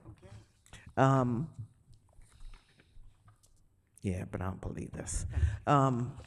So please, whatever you need to do, I appreciate your request for state action regarding an open election. I think we need to have a conversation about that, but not tonight because I'm leaving. Well, okay. Okay. Thank you. And Betty Cunningham, Cunningham. Good evening. I would not have known Oh, about Betsy. the hearing tonight if I didn't get my Thursday weekend happenings All from Mary right. Pat Clark's office every week. I don't know how anybody else found out about it. I thought this place would be at least as packed as a Port Well, Covington it was, hearing. I mean, it was delayed so long in the cycle, and so, It's just so important but an speak issue. to us. I will. Okay. At a 'cause family you're the barbecue this roundup summer, speaker. We don't shy away from politics in our family. The shock to me in the conversation was out of the 4 Maryland primary voters who were present there, 2 of them didn't know if their votes had been counted. Both of these are young men in my family, one voting for the first time, one voted first in 2012. He had changed his party affiliation since 2012, but that was all. Hadn't changed his address, hadn't changed his name. He had graduated from college. So he showed up to vote in the primary at the same place where he had been before, and he was told that his name was not on a list. And he told them that, you know, this is me, I've been here, I live here, nothing's changed. After about a 10-minute conversation, he told me, they finally came back to him and said he needed to go someplace else to vote. So he was confused, and then they had some more conversation and decided they would give him a provisional ballot. So they didn't send him away. They let him vote in that same place, but they gave him a provisional ballot, and you know, that was after a lot of back and forth. He didn't describe all this other thing with envelopes, so I don't know what happened with that, but he did go away and he voted, but as he told us, he had no idea what happened to his vote. And even when I talked to him this afternoon, he had to work tonight, otherwise he'd be here to tell you his own story. He doesn't think his ballot was ever counted. So I asked him what he's going to do in November. Well, 2 weeks ago, he just got a card in the mail saying that he's to go to a different polling place. But he doesn't understand why he's going to a different polling place because he's voted there in 2012 already. Well, now it's starting to fall together since Mr. Lewis testified. Was that his name? Willis. Willis, I'm sorry, didn't recognize his name. He lives in Mount Washington. And that was what he talked about, the place where there were a lot, the most provisional ballots, and evidently. But that wouldn't explain why he got a new voter's card with a new location.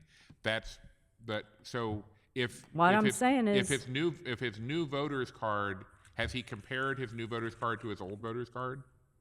Because what I would be curious about is, does it say that his precinct has changed even though his address has stayed the same, because that might be what Mr. Jones was talking about, which is they have done some consolidations of precincts since 2012.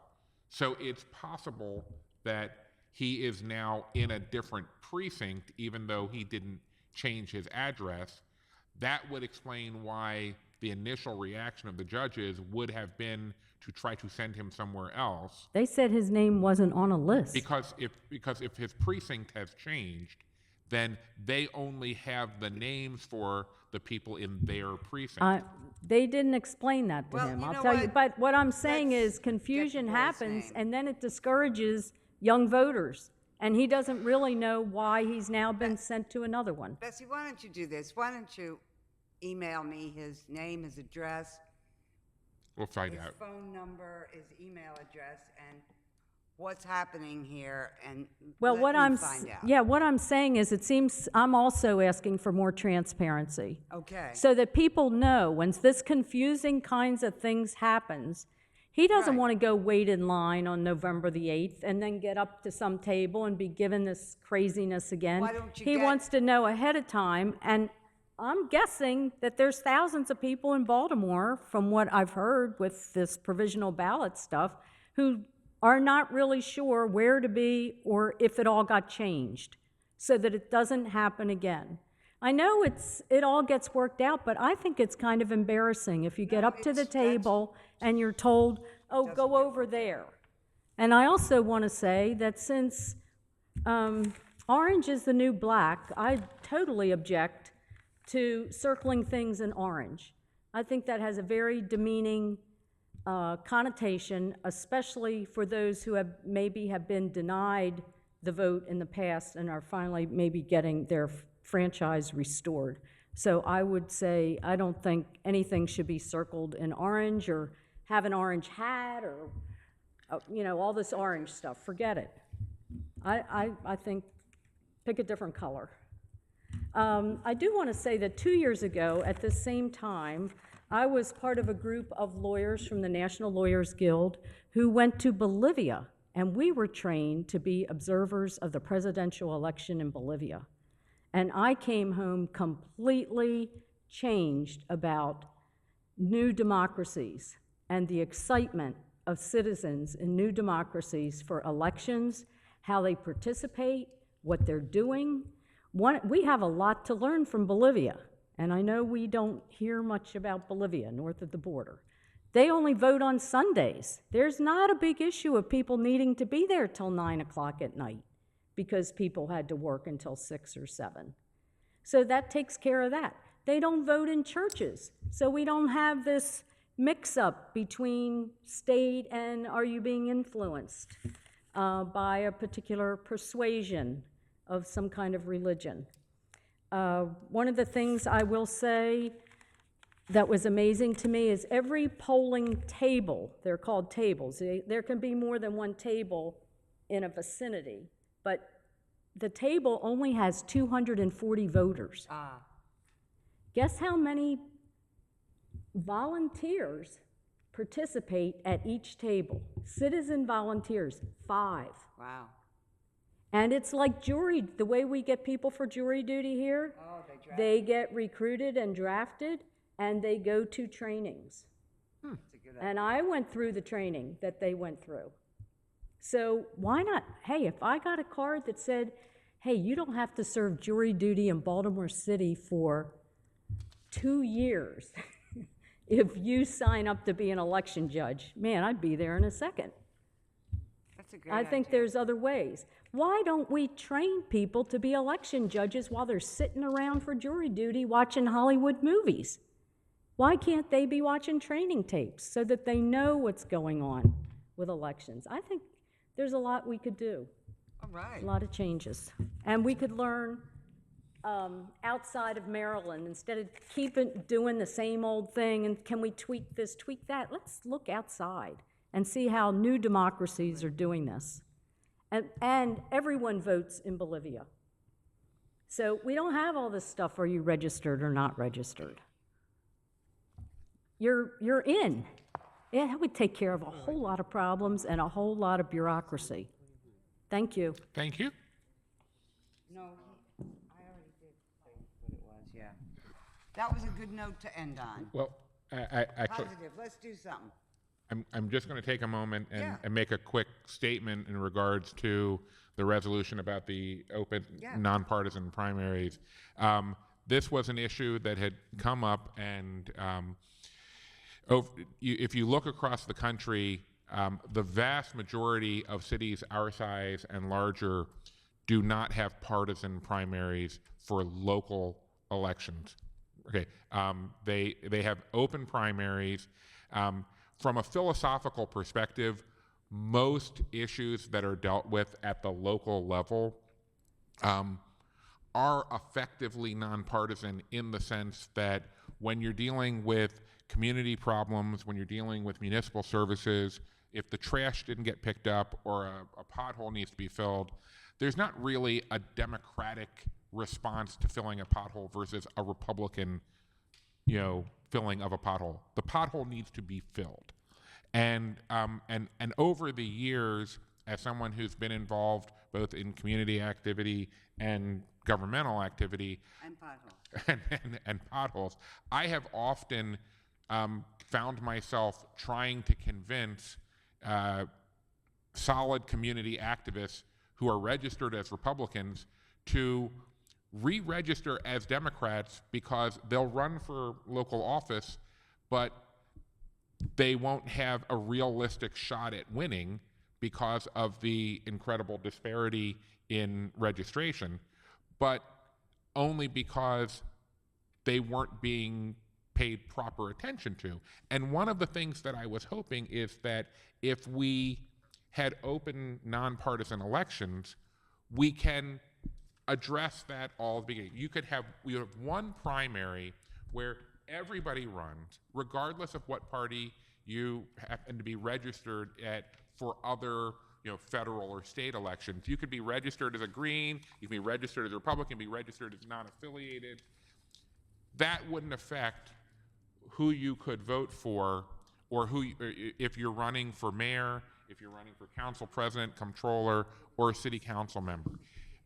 It would also, I believe, strengthen the, I don't know how to say this, but it would increase the chances that the person who comes and serves at the local level really has a true mandate from the district that they represent. Several of us on the council right now have run in primaries where we win with a plurality in the Democratic primary and then face token or no opposition at the general level, and the people in our district don't necessarily get the chance to make certain that the two most, for lack of a better word, the two most popular candidates that were competing to represent the district get that chance to have a runoff as the general. And that's how it would end up working, is if we had an open nonpartisan primary, then if one of those candidates doesn't get a majority in the primary, they would face the candidate who came in second in the general, and the general would function as a runoff. If the person gets 50% plus one in the primary and they show that they have a mandate from their district, then no general would even be needed, because that person has already demonstrated that most of the people in the district of all the different parties, so really the populace is interested and has made their choice. Now, we recognize that this can't be done at the local level, and just as many of the suggestions that have been made about how we could change the structures of elections themselves, these changes can only be made at the state level. So this resolution, rather than being an informational or investigative hearing, is simply an expression of support asking the state to take on this issue in the coming legislative session. Now, in conversations I've had with Councilman Scott, who also is a co-sponsor of this resolution, there are members of the General Assembly who are interested in taking this up in the coming session. And so that's why I think it would be especially helpful to the cause for us to move this resolution forward and show that we would like to see that discussion in Annapolis this session. So that's my pitch. If somebody would like to provide additional testimony, you can't talk from there. You'd have to come up to the. We're going to have to close. No. Well, it's more public. on this? We haven't had sure. public testimony on this resolution Oh, yet. of course. I'm So if she sorry. wants to speak. Hello. Again, I don't know if you read the article that we wrote for the Baltimore Sun in response to exactly what you're talking about. Oh. When I was researching coming to this hearing, I noticed that there was that particular item was scheduled for 7:15, or 5:15. Sorry, 17:15. well, and I researched it and I read about it and I asked other people, can this even be done by the city council? Which, as you said, it cannot. So it was just like a symbolic kind of gesture, right? And if you read I don't know if you read the article or not. You should. I don't have it here, but essentially what we were saying is Article or op-ed? op-ed. Okay. It was written by me and Blair Freed. I don't know if you know Blair Freed.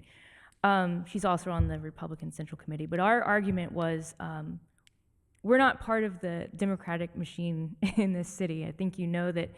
For the last 7 decades, there's been only Democrat representation, and that might be. I personally think it's the Republican Party's fault. People are not active Republicans in the city. There's 30,000 Republicans. We have a central committee of 28 people. It's one of the biggest Republican central committees in the state. But you don't see them here. You don't see them anywhere. So that's why I'm making a point to try to come to these meetings and make sure that somebody says something. I disagree with what you're saying. I think that because we don't have the resources in the state that the Democratic Party has, that even though you've gone up against a challenger in the primary that got more votes, and now you're going up against somebody that might have had 27 votes or something, or no votes. They didn't have a primary at all. They were just the name on the ballot as a Republican.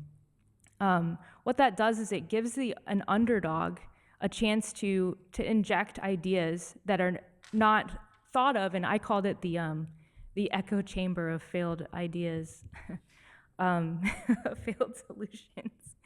And in our article we mentioned, I don't know if you know Victor Clark Jr., who's been in Baltimore politics for a long time, and he said something to me in February where he said, we don't win, Republicans don't win in the city, but by putting our name on the ballot, we get the opportunity to change the conversation and raise issues that wouldn't have been talked about otherwise.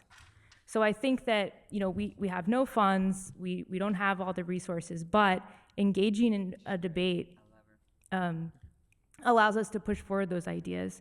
And for example, audits and things like that Republicans like to talk about, fiscal accountability, we would never be able to say those things. And Victor Clark actually gave examples of when, even though his opponent actually ended up bringing motions forward based on ideas that he presented. So I think that we should keep the system that we have. In deference to the chair, I won't engage in my very strong desire to continue to have this conversation with you as part of the hearing. But if you could stick around, could you Yes. stick around? Yep. We'd like to do the actual voting Okay. on this, but then I would be happy to continue this conversation if you have a few minutes. Okay, Okay, thank you. thank you. Okay, let's, I have a question about the resolution. yes. Does this allow people who are registered as independent, unaffiliated to vote? Yes. If you still had if you didn't win the way this says they have to win, if you still allowed a Republican to be on the ballot, does everybody still get to vote? Here's how it would work. If there were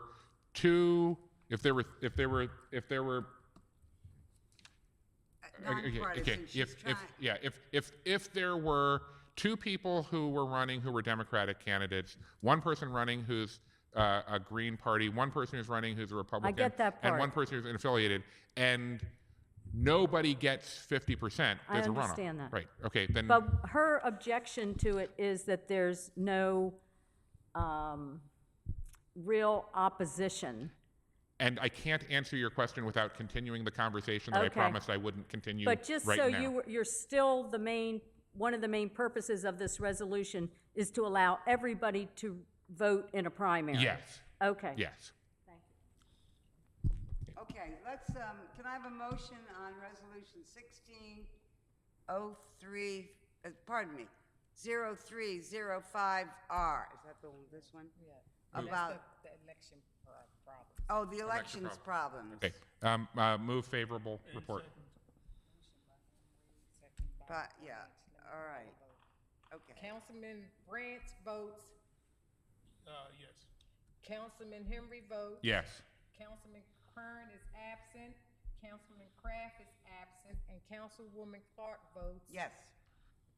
Thank you. So that's adopted. And now the resolution on nonpartisan elections and calling on the state to give us the power to create them. move a favorable report. Second. Motion by Henry, second by Branch. Councilman All in Branch. favor? Councilman Branch votes. Yes. Councilman Henry votes. Yes. Councilman Kern is absent, Councilman Kraft is absent, and Councilwoman Clark Yes. votes. Okay. All right, they both were approved. Thank you all for being with us. These resolutions will be on second reader on Monday, October 24th at our council meeting. Oh, thanks. This concludes the hearing. Thank you all very much. You're lovely. Lovely, really. Thank you for being here. Please check the area around your seats to make sure that you haven't left anything behind. City Hall is now closed. At your earliest convenience.